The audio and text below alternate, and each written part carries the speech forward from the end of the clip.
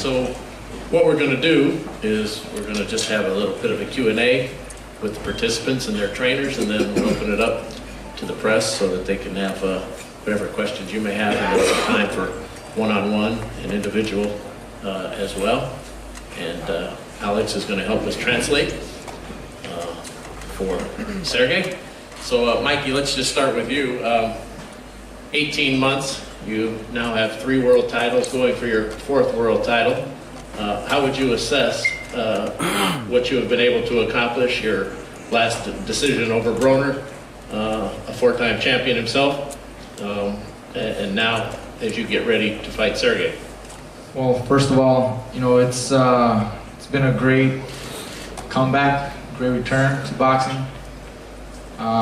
Everybody knows I did have a layoff for over 2 years, and when I came back, I wanted to move fast. I wanted to take on big challenges, take on world title fights, and that's what we're doing. So far, we're on track. You know, I want to reclaim what I think was somehow lost in that 2-year layoff that I had, and this is what I need. I need to take on the challenges that a lot of media or critics or boxing analysts might, you know, doubt. We took on Dijon in only my 2nd fight back, when a lot of people thought it might be too much. But you know, I think slowly we're proving to everybody that, you know, I'm better than ever, and I'm really, you know, the fighter that's gonna take on these big challenges in order to cement my legacy in the boxing. Well, in terms of your legacy, should you win this fight at 140, there's only 2 other guys who have been able to do that, Manny Pacquiao and Juan Manuel Marquez, to win at 126, 130, 135, and now 140. What would that outstanding accomplishment mean to you? Well, I wasn't aware of that. I know. You weren't aware of that? I wasn't aware of that. It's not the reason why I was going for that. I know they won their titles. I know there's other fighters who have won titles in 4 or more divisions, but I wasn't aware that from the featherweights to the super lightweight, those 2 names were the only ones. I mean, that'd be a great, you know, accomplishment if I can be included in that discussion along, you know, Juan Marquez, who is one of the best fighters that I've seen, and along Manny Pacquiao, same thing. I mean, that'd be another win in itself. You're a humble guy. Do you consider yourself in that same sentence? I think there's more still to accomplish in order to be equally or parallel to those names. A lot of names have been thrown out. A lot of people want to fight you, and we've seen in the past several months all of them throw their hat into the ring to want the opportunity. What made you decide on fighting Sergey, an undefeated fighter, a fighter who was 13-0, 10 knockouts, and a tough guy? How did you pick him of all of these other guys who would like a shot at you? We were looking at other names as well, and when we're not able to secure somebody else, you know, for various reasons. Sometimes it's the marketability or what they bring to the table is not exciting enough for me. A world champion like Sergey Lipinets is more exciting to me than just somebody else, you know, that's gonna be an easy title defense for me, or just another fight. I want a challenge, and this man presents that challenge. He's a bigger man, naturally. He's gonna be very hungry, very motivated. He knows the victory over me, obviously, you know, launches his career to the very, very top. So that makes for an interesting fight. And of course, winning that 4th division championship for me is a big deal. My dad had always wanted a 3-division champion. Well, now I'm gonna give him a 4th title. So that's something that really excites me. He's a big puncher and 140 pounds. Does that concern you? Of course there's concern. I'm fighting bigger men, and that's something that we have to be careful and watch out for, and we'll come up with a good game plan. My brother, my dad will still look at video and decide what, you know, game plan we want to bring to the ring on February the 10th. But of course, that size advantage that he holds will be something to watch out for. Robert, I'm going to ask you next, but what about going to San Antonio? Obviously, you're a Southern California man. You're taking your act on the road down to San Antonio. How about fighting in the Alamo Dome? Look, San Antonio has been great to boxing and great to the Garcia team. We've had many successful fights in San Antonio, great wins in San Antonio, so we love it there. We have so many fans, and I've always said, you know, Texas, the whole state has always been great when it comes to boxing fans. We're honored to fight in San Antonio. And how do you prepare Mikey differently now at 140 pounds? Well, look, we know Sergey is a very, very dangerous fighter, very dangerous champion. He's gonna come with everything. I know he's hungry. I know he wants to become a big name, great fighter, and that's by beating Mikey. But you know, Mikey's very smart in the ring. We're gonna come up with a good game plan. We're gonna have big sparring partners, strong, heavier guys. Which I'm already talking to a few that are willing to come and help spar. So you know, the sparring is going to be a big challenge for Mikey also, because we're bringing in some real tough, solid sparring partners. Sergey, I know you understand a lot of English, but we're going to have Alex help you with the translation. Thank you for joining us here today. How have you been able to enjoy your championship? You moved over from kickboxing, and now with just 13 professional fights, you have a world title. How have you enjoyed the transition, and what's it been like for you?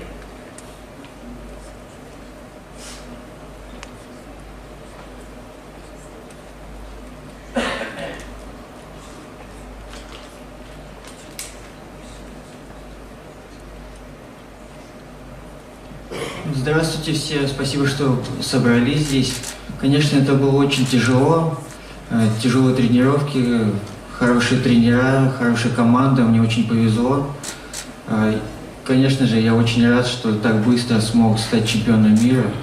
И я очень хотел бы, конечно, драться с большими именами, такие как Майк Гарсия. И вот мне теперь есть этот шанс, и я постараюсь сделать все для победы.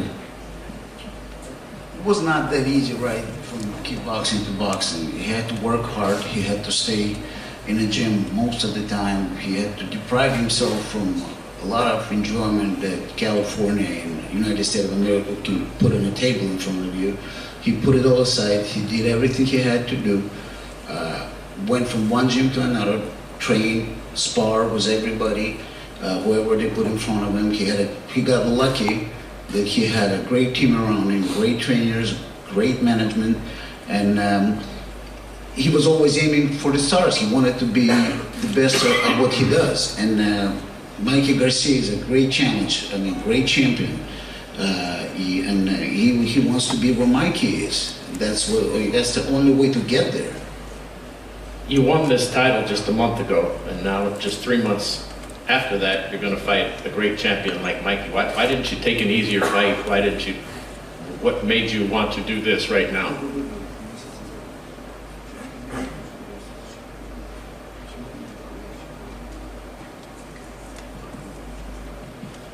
Ну, если бы я взял легче бой, вы бы сказали, что я беру слабых соперников и выигрываю у них. И я взял серьезный бой. Вы спрашиваете, почему я не беру полегче что-нибудь.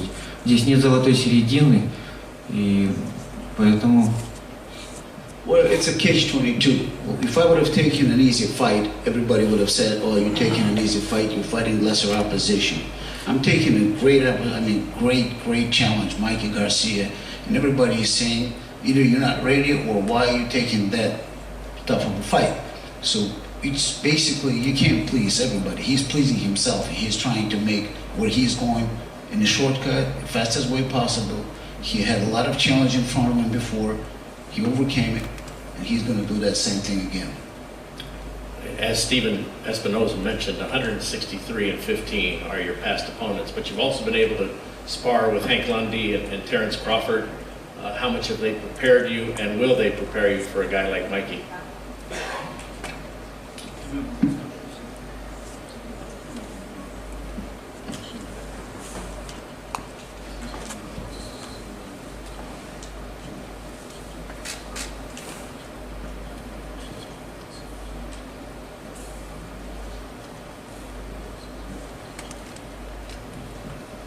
Ну, хорошие спарринги с хорошими соперниками, конечно же, очень быстро меня подняли на тот уровень, в котором я нахожусь.